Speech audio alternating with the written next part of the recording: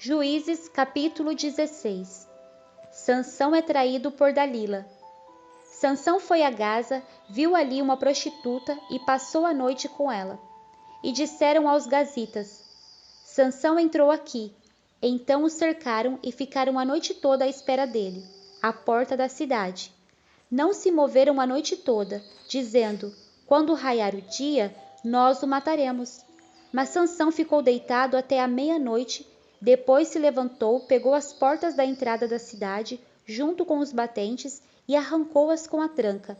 Colocou tudo sobre os ombros e levou até o alto do monte que está defronte de Hebrom. Depois disso, ele se apaixonou por uma mulher do vale de Soreque, chamada Dalila. Então,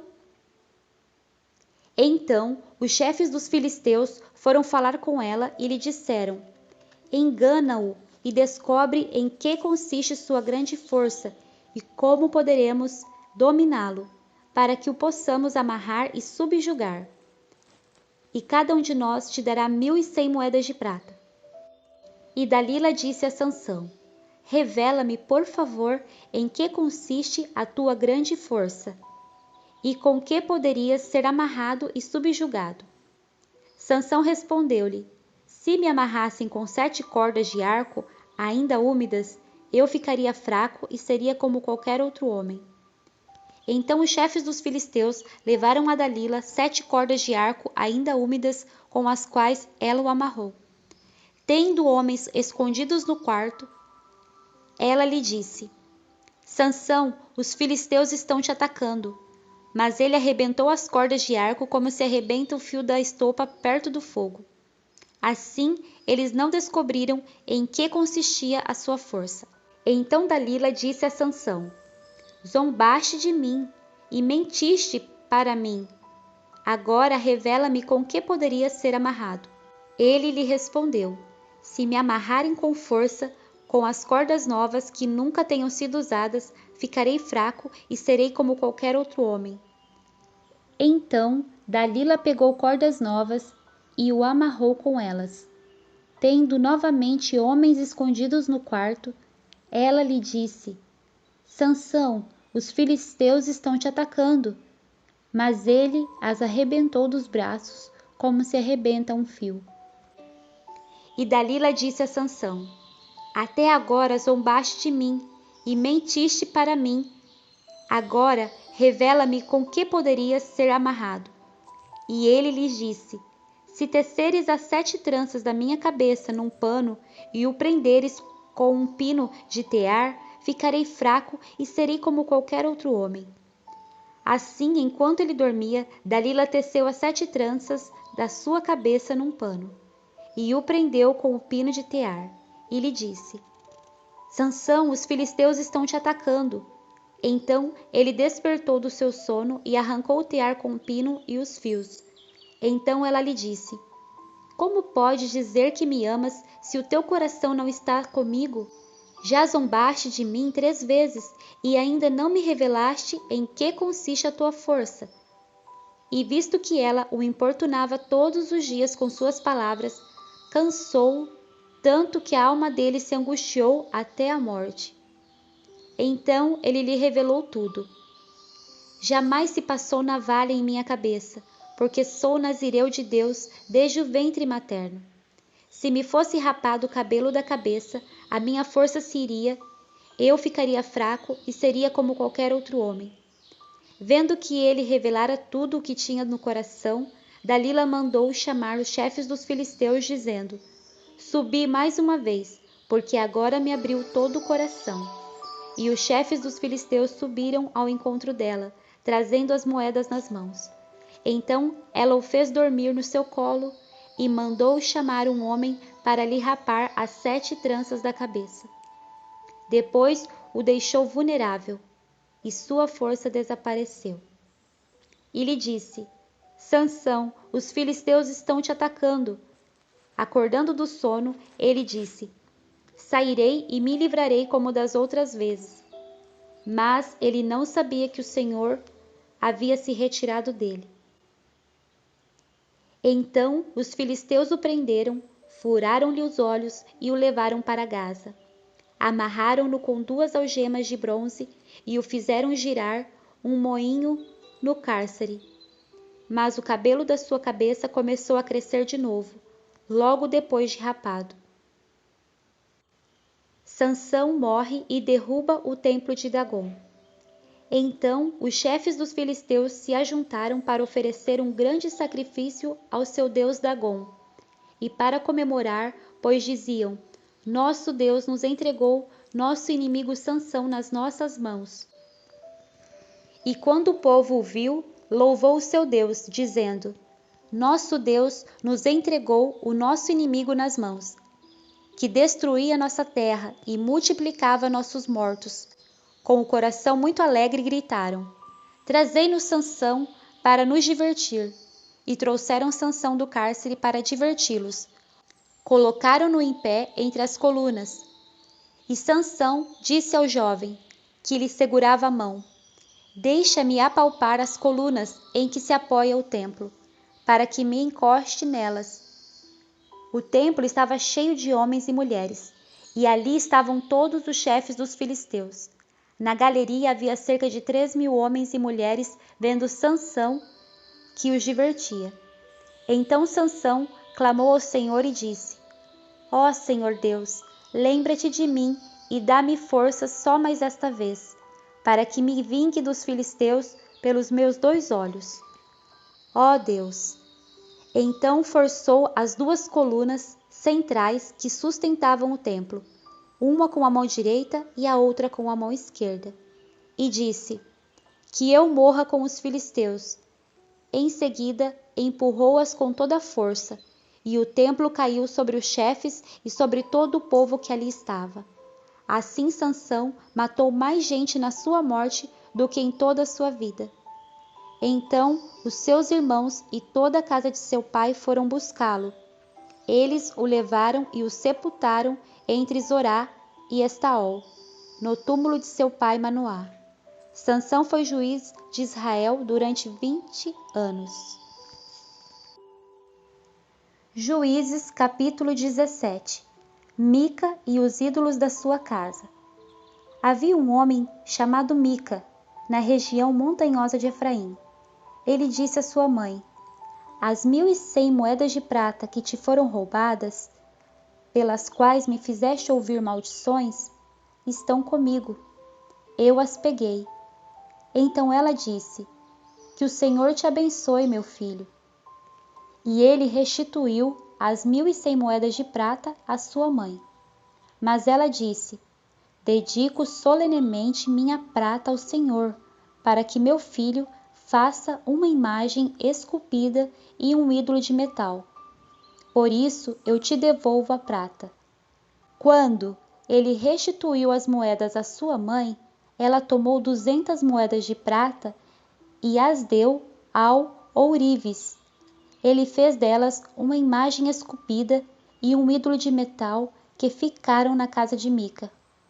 Esse homem Mica tinha um santuário e fez um colete sacerdotal e alguns ídolos da família, e consagrou um dos seus filhos como sacerdote. Naquela época não havia rei em Israel, cada um fazia o que parecia certo. O levita na casa de Mica. Um jovem levita de Belém de Judá, da família de Judá, passava por aquela região. Esse homem partiu da cidade de Belém de Judá para encontrar lugar para morar. Quando passava pela região montanhosa de Efraim, chegou à casa de Mica. E este lhe perguntou: De onde vens? Ele respondeu: Sou levita de Belém de Judá e estou procurando um lugar para morar. Então Mica lhe disse: Fica comigo e sê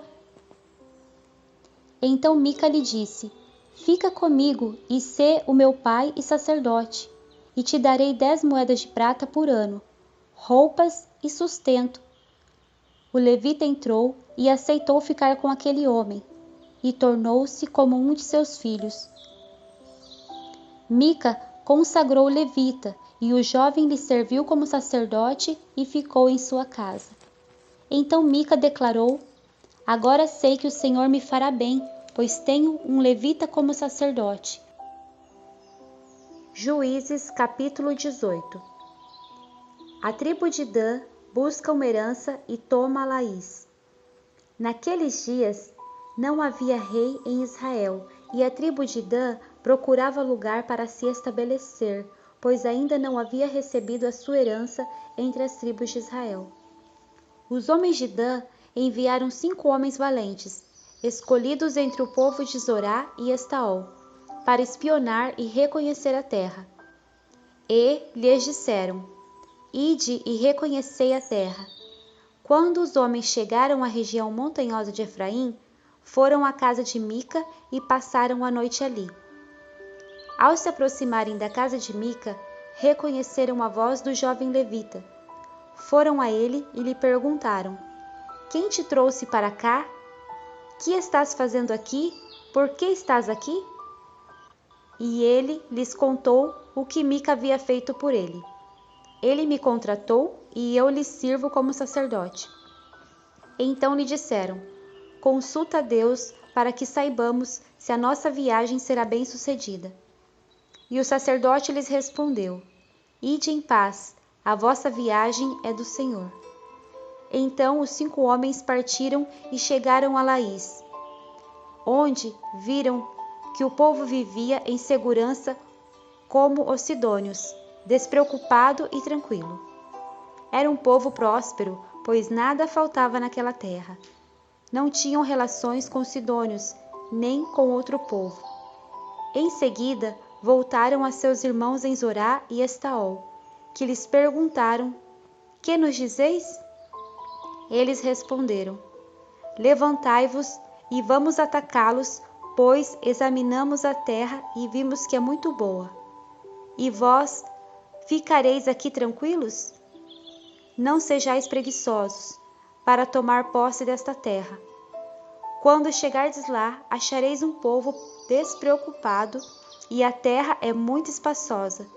Deus entregou nas vossas mãos um lugar onde não falta nada do que há na terra. Então 600 homens da tribo de Dan partiram de Zorá e Estaol com armas de guerra. E subiram e acamparam em Quiriate-Jearim, em Judá. Por isso o lugar ficou conhecido como Maané Dan até hoje, e está localizado a oeste de Quiriate-Jearim. Dali foram à região montanhosa de Efraim e chegaram à casa de Mica. O levita idólatra torna-se sacerdote dos homens de Dan.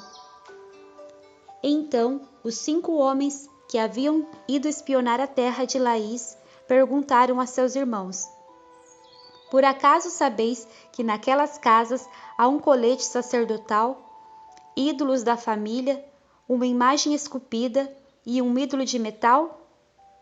Pensai bem no que fareis. Então foram para lá e chegaram à casa do jovem levita, à casa de Mica, e o cumprimentaram. E os 600 homens da tribo de Dan ficaram à entrada da porta com suas armas de guerra. Os 5 homens que haviam espionado a terra entraram e tomaram a imagem esculpida, o colete sacerdotal, os ídolos da família e o ídolo de metal, enquanto o sacerdote e os 600 homens armados estavam à porta. Quando eles entraram na casa de Mica e tomaram a imagem esculpida, o colete sacerdotal, os ídolos da família e o ídolo de metal, o sacerdote lhes perguntou: Que estáis fazendo?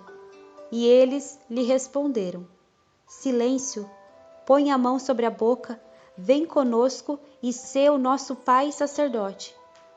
O que é melhor para ti, ser sacerdote só da casa de um homem ou de uma tribo e de um clã em Israel? Então o sacerdote ficou muito contente e pegou o colete sacerdotal, os ídolos da família e a imagem esculpida e se juntou aos homens. Assim viraram-se e partiram, colocando diante de si os filhos, o gado e os bens.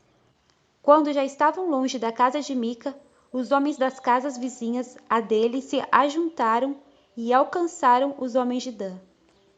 E gritaram aos homens de Dan: os quais, virando-se, perguntaram a Mica: Que houve? Por que vens com tanta gente? Então ele respondeu: Tomastes os meus deuses e o meu sacerdote e partistes. Agora o que me sobrou? E ainda perguntais: Que houve? Mas os homens de Dan lhe disseram: Que não se ouça tua voz entre nós, para que homens violentos não se lancem sobre vós e percas a vida, juntamente com os da tua casa. Assim, os homens de Dan seguiram o seu caminho. Quando Mica viu que eram mais fortes do que ele, virou-se e voltou para casa. Os homens de Dan levaram os objetos que Mica havia feito, e o sacerdote a Laís, onde habitava um povo despreocupado e tranquilo. Então mataram todos ao fio da espada e incendiaram a cidade. E ninguém os livrou, pois estavam longe de Sidom e não tinham relações com ninguém. A cidade estava situada no vale junto a Bet-Reob. Depois dessas coisas, reconstruíram a cidade e habitaram nela, dando-lhe o nome de Dan, segundo o nome de seu antepassado Dan, filho de Israel. Anteriormente, o nome da cidade era Laís. Os homens de Dan levantaram para si aquela imagem esculpida, e Jonatas, filho de Gerson, neto de Moisés, e seus filhos foram sacerdotes da tribo de Dan até a ida do povo para o cativeiro. Deste modo, estabeleceram para si a imagem esculpida feita por Mica, durante todo o tempo em que o santuário de Deus esteve em Siló.